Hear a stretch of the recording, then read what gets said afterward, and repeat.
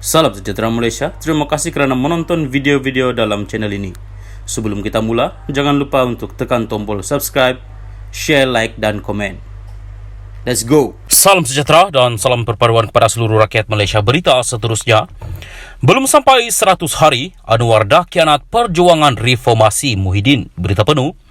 Pengurusi Perikatan Nasional PN Muhyiddin Yassin berkata, kesilapan demi kesilapan dilakukan oleh Anwar Ibrahim sejak dia dilantik sebagai Perdana Menteri. Menurutnya, janji tata kelola yang baik telah dikhianati apabila Anwar melantik Ahmad Zahid Hamidi yang sedang berhadapan dengan tuduhan jenayah di mahkamah sebagai timbalannya. Ini dilakukan semata-mata kerana membalas budi Zahid yang berjaya memaksa ahli-ahli Parlimen BN memberi sokongan kepada Anwar sebagai Perdana Menteri. Bukan setakat itu sahaja, janji Perdana Menteri tidak memegang jawatan Menteri Keuangan juga dibuang ke laut apabila Anwar melantik dirinya sendiri sebagai Menteri Keuangan. Ini satu lagi kesilapan Anwar yang tanpa segan silu bercakap tak serupa bikin, katanya dalam catatan di Facebook. Terbaru, menurut Muhyiddin, Anwar melantik anaknya sendiri, Nurul Izzah, sebagai penasihat kanan ekonomi dan keuangan kepada Perdana Menteri itu.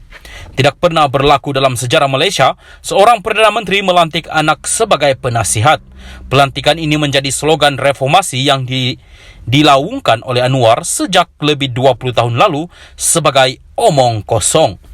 Belum sampai 100 hari memerintah, Anwar telah mengkhianati semangat perjuangan reformasi yang didukung oleh penyokong-penyokongnya sendiri, kata bekas Perdana Menteri itu. Menurut Muhyiddin, sebagai pemimpin parti pembangkang, dia boleh saja mengambil kesempatan daripada kesilapan demi kesilapan yang dilakukan oleh Anwar dan kerajaannya. Tetapi sebagai rakyat biasa, saya tidak rela melihat maruah negara tercalar kerana ketelanjuran Perdana Menteri. Masih belum terlambat untuk Anwar memperbaiki keadaan, tulisnya. Justru Muhyiddin menggesa Anwar meletakkan jawatan sebagai Menteri Keuangan dan menumpukan tugas sebagai Perdana Menteri untuk membantu negara dan rakyat mengharungi masa yang mencabar. Katanya Anwar juga perlu mengarahkan Ahmad Zahid supaya bercuti sehingga kes mahkamah yang dihadapinya selesai.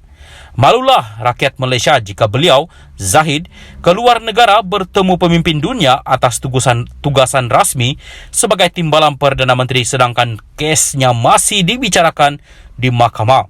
Apa agaknya tajuk berita di negara yang dilawatinya, ujarnya. Selain itu, Muhyiddin berkata Anwar perlu menasihatkan Nurul Izzah supaya meletak jawatan sebagai penasihatnya, memandangkan anak perempuannya itu merupakan seorang pemimpin wanita muda yang berbakat dan berpotensi besar. Janganlah pelantikan kecil yang tidak kena pada tempatnya ini menjadi titik hitam dalam perjalanan politiknya menuju masa hadapan yang mungkin lebih cerah, katanya. Kritikan Muhyiddin itu muncul selepas Nurul Izzah dilantik sebagai penasihat keuangan dan ekonomi kepada Perdana Menteri tanpa dibayar gaji.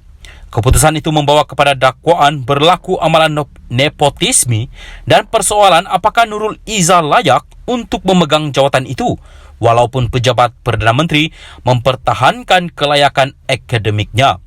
Sebelum ini, Pakatan Harapan PH berjanji dalam manifesto pada pilihan raya 2018 bahawa Perdana Menteri tidak akan memegang jawatan Menteri Kabinet yang lain. Bagaimanapun, janji yang sama tidak dibuat dalam manifesto untuk pilihan raya umum tahun lalu.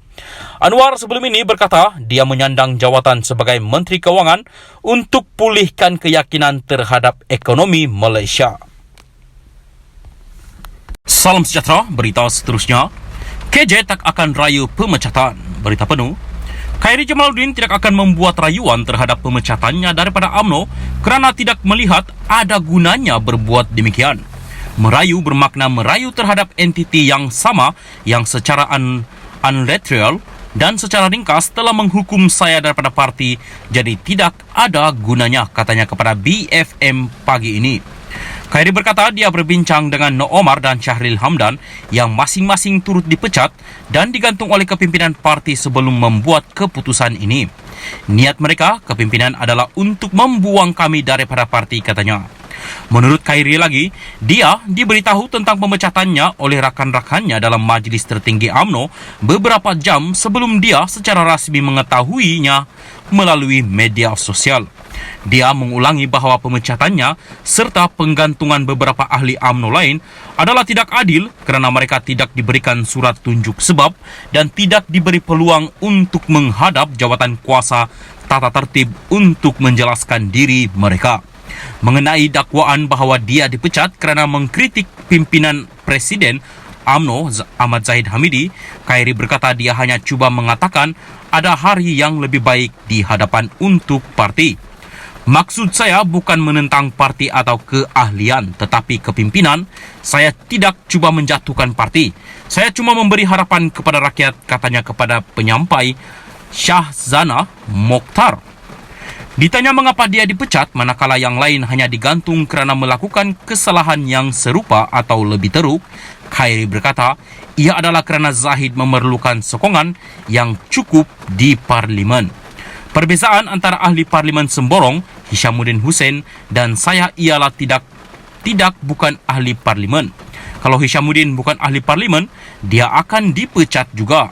Ahmad Zahid tahu bahawa dia memerlukan angka yang mencukupi untuk menyokong kerajaan, katanya merujuk kepada kedudukan Ahmad Zahid dalam kerajaan Perdana Menteri Anwar Ibrahim.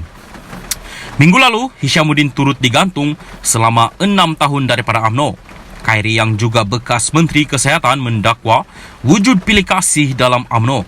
Dari segi bekas Perdana Menteri Najib Abdul Razak, masih dikekalkan keahlian UMNO walaupun disabitkan kesalahan dalam kes SRC International.